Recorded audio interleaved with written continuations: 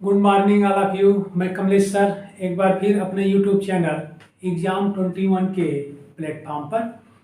तो आइए इस भाग में हम लोग आप लोगों को एग्ज़ाम को देखते हुए मॉडर्न इंडिया यानी आधुनिक भारत के महत्वपूर्ण प्रश्नों की एक श्रृंखला मैं आप लोगों को दे रहा हूँ, या कह लीजिए प्रैक्टिस सेट आप लोगों को दे रहा हूँ, जो आपके एग्ज़ाम के लिए बहुत ही लाभप्रद होगा। तो इसको ध्यान रखिएगा। तो इस प्रैक्टिस सेट को आप लोग देखिए, और इस प्रैक्टिस सेट में हमने इम्पॉर्टेंट क्वेश्चंस रखे हैं जो आपके एग्ज़ाम में आते हैं अथवा पूछे जाते हैं। तो ध्यान रखिएगा, ये मेरा दावा है कि इन क्वेश्चनों में से आपके एग्ज़ाम में अवश्य क्वेश्चन पूछे जाएंगे या आएंगे। तो आइए, पहला क्वेश्चन है, भारत में पंचवर्षीय बंदोबस्त किसने लागू किया। क्वेश्चन एक बार फिर देख लीजिए, भारत में पंचवर्षीय बंदोबस्त किसने लागू किया। ऑप्शन ए है लॉर्ड क्लाइव, ऑप्शन बी है वारेन हेस्टिंग्स, ऑप्शन सी है कॉर्नवालिस, और ऑप्शन डी है डलहौजी। तो बताइए इसका आंसर क्या सही होगा।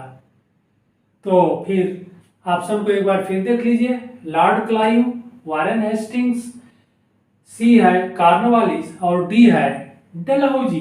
तो इसका सही आंसर होगा वारेन हेस्टिंग। बहुत इंपॉर्टेंट है, वारेन हेस्टिंग ने भारत में पंचवर्षीय बंदोबस्त लागू किया था।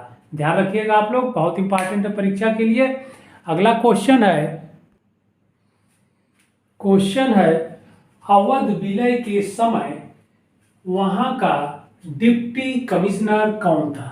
ध्यान रखिएगा क्वेश्चन आप लोग, बहुत इंपॉर्टेंट क्वेश्चन है। अवध विलय के समय वहां का डिप्टी कमिश्नर कौन था। ऑप्शन ए है हैवलॉक, ऑप्शन बी है नील, ऑप्शन सी है आउटरम और ऑप्शन डी है स्लीमैन। तो बताइए आप लोग इसका आंसर क्या होगा। तो इसका आंसर सही होगा सी आउटरम। 1856 ईस्वी में जब अवध का विलय ब्रिटिश सरकार द्वारा किया गया तो वहां का डिप्टी कमिश्नर आउटरम था। ध्यान रखिएगा, बहुत इंपॉर्टेंट क्वेश्चन है, एग्जाम में हमेशा पूछा जाता है। अब अगला क्वेश्चन है भारत में सर्वप्रथम, क्वेश्चन को एक बार फिर हम लोग पढ़ लेते हैं।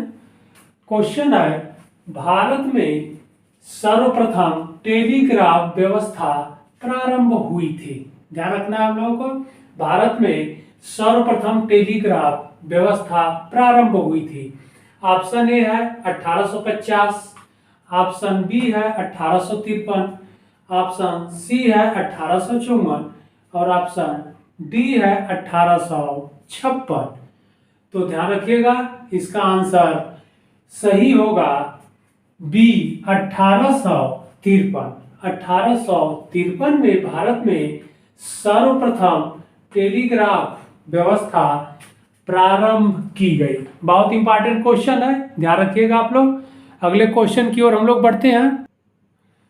क्वेश्चन है कौन गवर्नर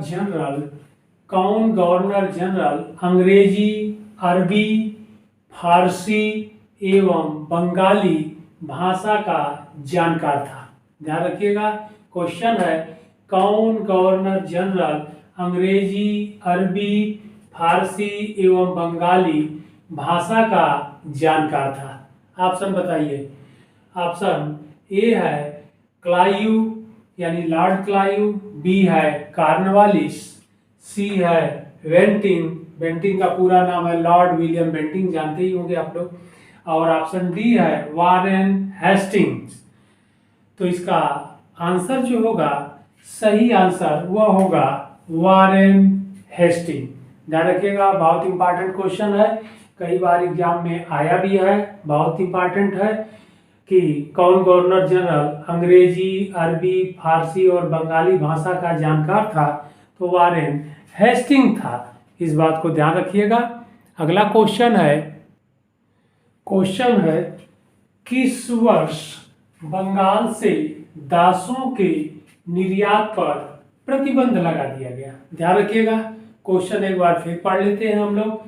किस वर्ष बंगाल से दासों के निर्यात पर प्रतिबंध लगा दिया गया। ऑप्शन ए है 1764, ऑप्शन बी है 1789, ऑप्शन सी है 1858 और ऑप्शन डी है 1868। ओके, आंसर क्या होगा इसका? तो इसका सही आंसर होगा बी 1789। 1789 ईस्वी में बंगाल से दासों के निर्यात पर प्रतिबंध लगा दिया गया अथवा रोक लगा दिया गया। इस बात को ध्यान रखिएगा, बहुत इंपॉर्टेंट क्वेश्चन है। अगले क्वेश्चंस की ओर हम लोग बढ़ते हैं। क्वेश्चन है इलाहाबाद पर कंपनी का अधिकार किसके समय हुआ। क्वेश्चन एक बार फिर आप लोग देख लीजिए। इलाहाबाद पर कंपनी का अधिकार किसके समय हुआ। ऑप्शन है बेलेजली के समय, बी है रिपन के समय, सी है डलहौजी के समय और डी है जॉन शोर के समय। तो ध्यान रखिए आप लोग, बहुत इंपॉर्टेंट क्वेश्चन है। इसका आंसर क्या होगा? तो इसका आंसर होगा बेलेजली के समय। ध्यान रखिएगा, इलाहाबाद पर कंपनी का अधिकार बेलेजली के समय हुआ। इस बात को ध्यान रखिएगा आप लोग, बहुत इंपॉर्टेंट क्वेश्चन है। अब हम लोग बढ़ते हैं अगले क्वेश्चन की ओर। क्वेश्चन है किसके समय भारत की राजधानी कलकत्ता से दिल्ली स्थानांतरित हुई। क्वेश्चन को एक बार फिर देख लेते हैं हम लोग। किसके समय में, यहाँ पर में रहेगा, किसके समय में भारत की राजधानी कलकत्ता से दिल्ली स्थानांतरित हुई। ऑप्शन ए है लॉर्ड रीडिंग, ऑप्शन बी है लॉर्ड हार्डिंग, ऑप्शन सी है लॉर्ड कर्जन और ऑप्शन डी है लॉर्ड डफरिन। बहुत इंपॉर्टेंट क्वेश्चन है, ध्यान रखिएगा आप लोग। तो इसका सही आंसर होगा बी। लॉर्ड हार्डिंग के समय में राजधानी कलकत्ता से दिल्ली स्थानांतरित की गई। ध्यान रखिएगा आप लोग, बहुत इंपॉर्टेंट क्वेश्चन है। अगले प्रश्न की ओर हम लोग चलते हैं। क्वेश्चन है रिंग फेस का संबंध है। ध्यान रखिएगा, क्वेश्चन कह रहा है रिंग फेस का संबंध है। तो रिंग फेस का संबंध किससे है?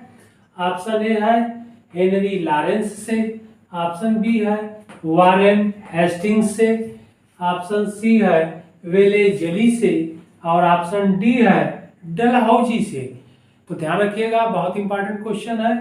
तो इसका रिंग फेस का संबंध जो है वह वारेन हेस्टिंग्स से है, या वारेन हेस्टिंग्स से है। क्यों?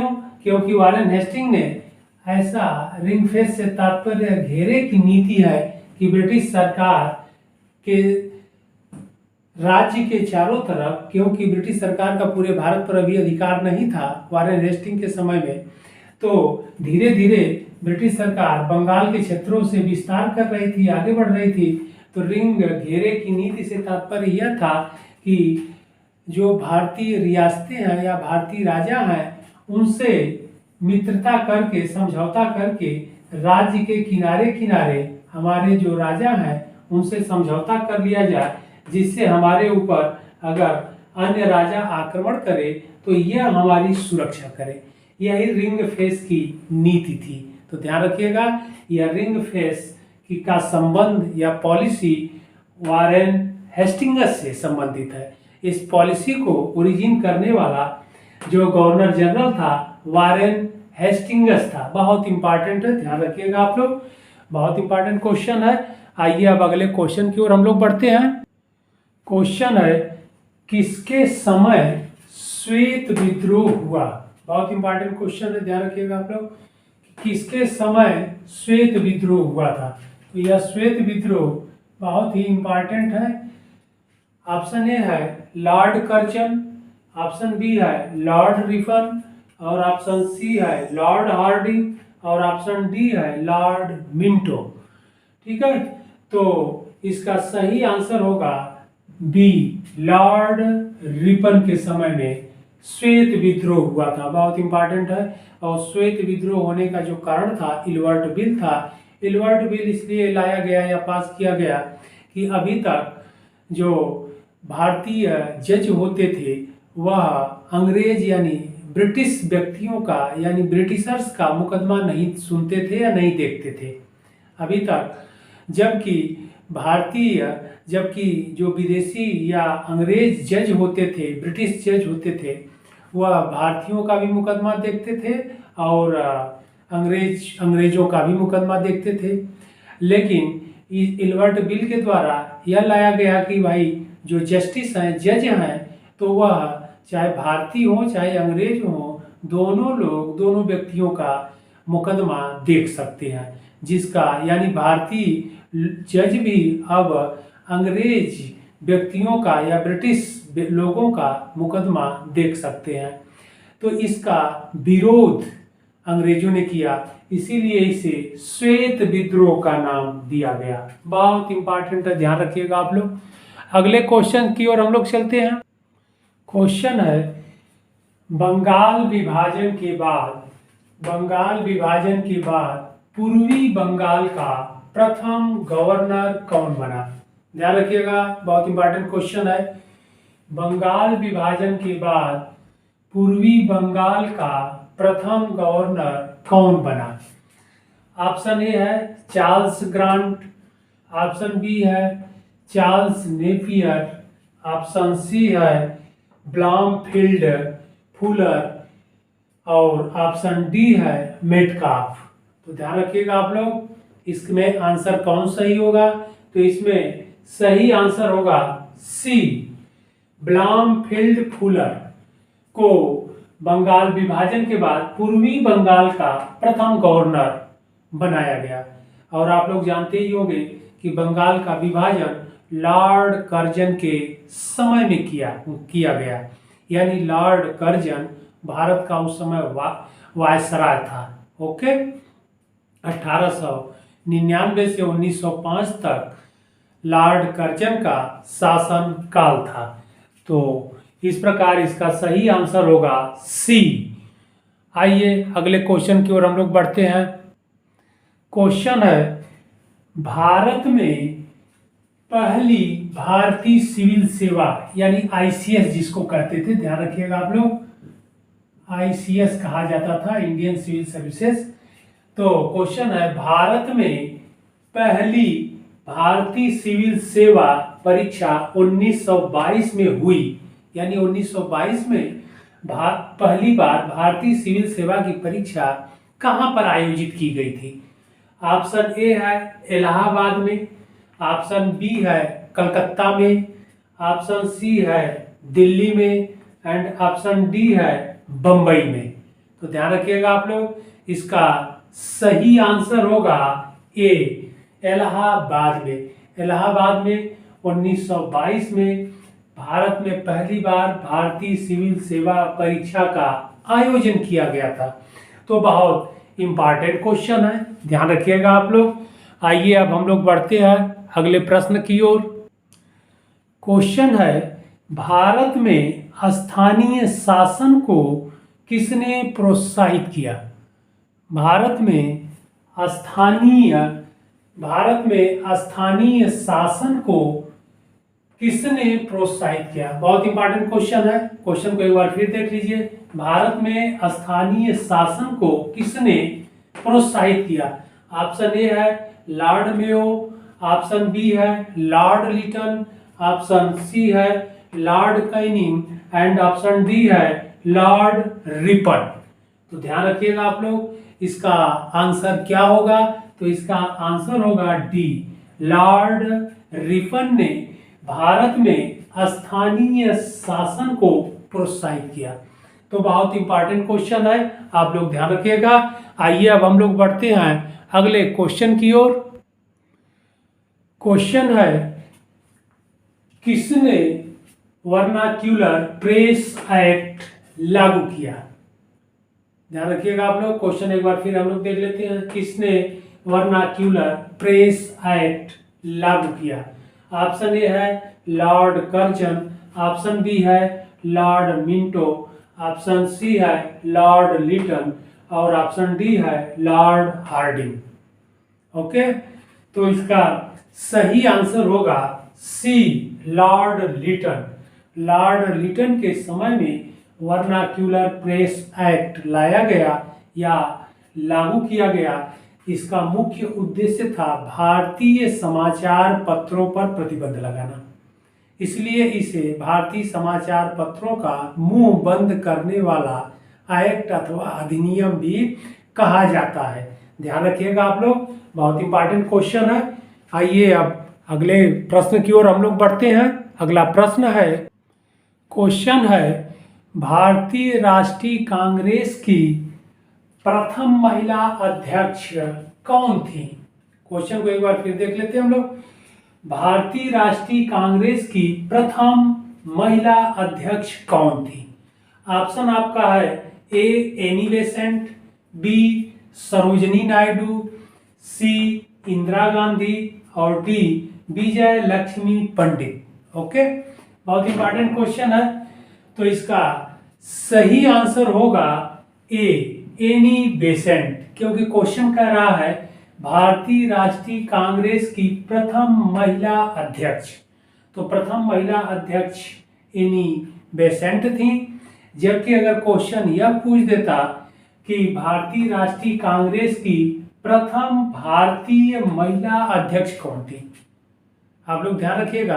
क्वेश्चन ऐसे पूछ देता कि भारतीय राष्ट्रीय कांग्रेस की प्रथम भारतीय महिला अध्यक्ष कौन थी, तब इसका आंसर हो जाता एनी बेसेंट नहीं होगा, तब आंसर हो जाएगा सरोजिनी नायडू, क्योंकि सरोजिनी नायडू यह भारतीय राष्ट्रीय कांग्रेस की पहली भारतीय महिला अध्यक्ष थी। ध्यान रखिएगा।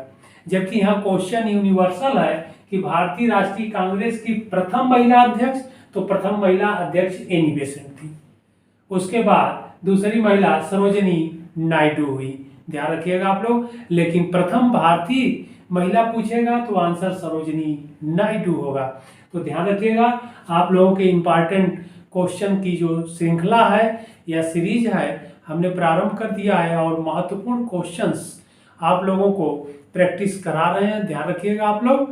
तो इसको हम लोग आगे बढ़ाते रहेंगे। फिर हम लोग मिलते हैं अगले भाग में। तब तक के लिए धन्यवाद।